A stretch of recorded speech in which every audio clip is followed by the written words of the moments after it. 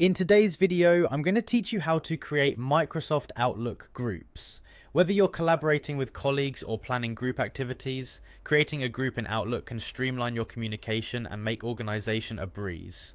Let's get started. First, open your web browser and head over to Microsoft Outlook. If you're unfamiliar with the Outlook interface, don't worry, it's quite user-friendly.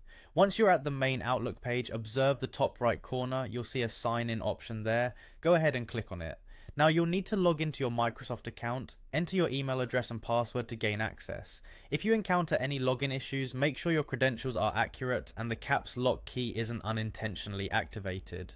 Upon successful login, direct your attention to the left side of the screen. Here you'll see various apps that Outlook offers. Look for the option labelled More Apps and click on it. This will expand your options, providing you a better view of what Outlook has to offer. Next, locate and select groups from this expanded list. This section is designed specifically for managing group communications effectively. Once you are in the Groups section, you'll notice a New Group button. Click this to begin creating your own group.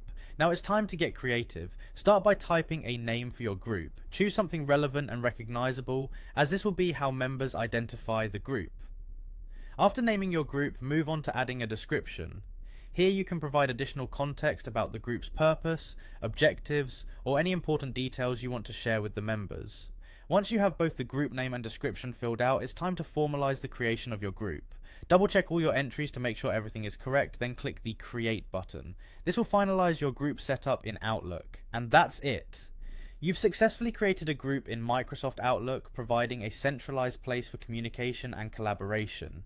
Remember, this feature is particularly beneficial for teams working on projects, class groups, or even social or hobby clubs looking to stay connected. Managing members and group settings can easily be done once your group is established, allowing you to tailor the experience further based on your needs. Take some time to explore these options and customize your group settings to get the most out of this feature. Thanks for following along, and I hope this guide makes your group communication in Outlook a seamless experience. If you found this video helpful, be sure to check out our other tutorials for more tips and tricks on mastering Outlook and other Microsoft tools. Happy organizing!